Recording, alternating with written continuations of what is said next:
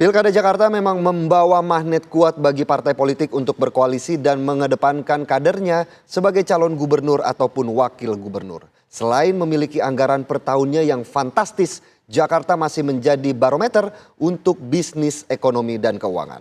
Setelah nama Anies Baswedan muncul diusung cepat oleh PKS, partai-partai lain seperti PKB dan PDIP yang awalnya juga meneropong akhirnya menunggu. PDIP bahkan secara gamblang akan memajukan kader-kader terbaiknya untuk maju.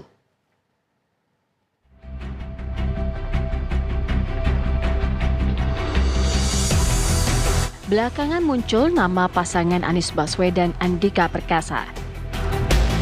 Ketua DPP PDI Perjuangan Puan Maharani mengatakan tidak menutup kemungkinan duet Anies Baswedan dan Andika Perkasa.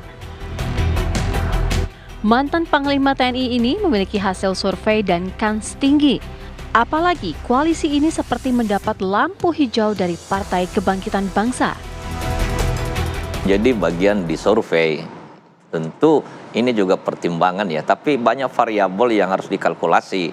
Jadi tidak ada agenda tunggal itu ya, untuk dan berkaitan dengan figur tunggal itu. Tetapi tentu ini terus-menerus membangun komunikasi ya.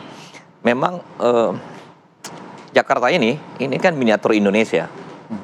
Bahkan kalau melihat Jakarta ini harus dia dalam konteks geopolitik Banten dan Jawa Barat. Sesungguhnya. Jadi makanya perlu kehati-hatian betul. Nah sekarang kan ada komunikasi sedang dibangun. Bahkan juga ada tingkat narasi ya. Bahwa dipertimbangkan misalnya soal figur A ya. Figur misalnya B ya. Figur C ya. Figur E.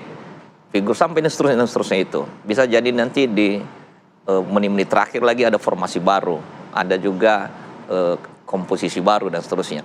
Tapi bisa juga dengan formasi yang lama. Tapi tetap bertumpu pada hal tadi, kami ulangi lagi, kami memperkuat tadi Bung Ujang ya. Yang pertama tetap pada komisi pemenangan dan penguatan 5 tahun. Yang kedua soal pasangan calon dan soal juga partai politik. Lantas, apakah PKS berubah pikiran atau masih kokoh memasangkan Anies Sohibul? Kami saat ini statement dari pimpinan sudah jelas ya, bahwa kalau Mas Anies ingin didukung oleh PKS, pilihannya dua aja. Masuk menjadi kader atau wakilnya dari PKS yaitu Pak Sohibul Iman.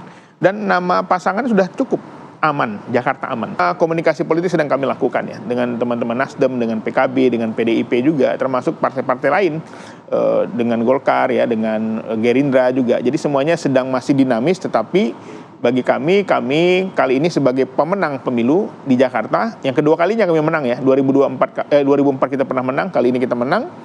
Dan sebelum ada Mas Anies kita dukung, kita udah pernah menang gitu loh. Jadi ini memang Jakarta ini basis PKS. Ini adalah politik teritorial PKS.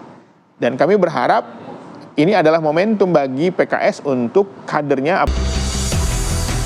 Bagaimana dengan survei ataupun pandangan pengamat akan tokoh-tokoh yang muncul saat ini? Anies Sohibul Iman. Tetapi kalau saya melihat dalam konteks kuota 20% masih belum aman Bang Iqbal. Oh gitu ya? Iya, jadi agak berat. Karena begini, kalau saya analisa gitu ya, pasangan ini oke, bisa dijual. Tapi dalam konteks untuk bisa mendapatkan dukungan tadi itu agak berat. Kenapa?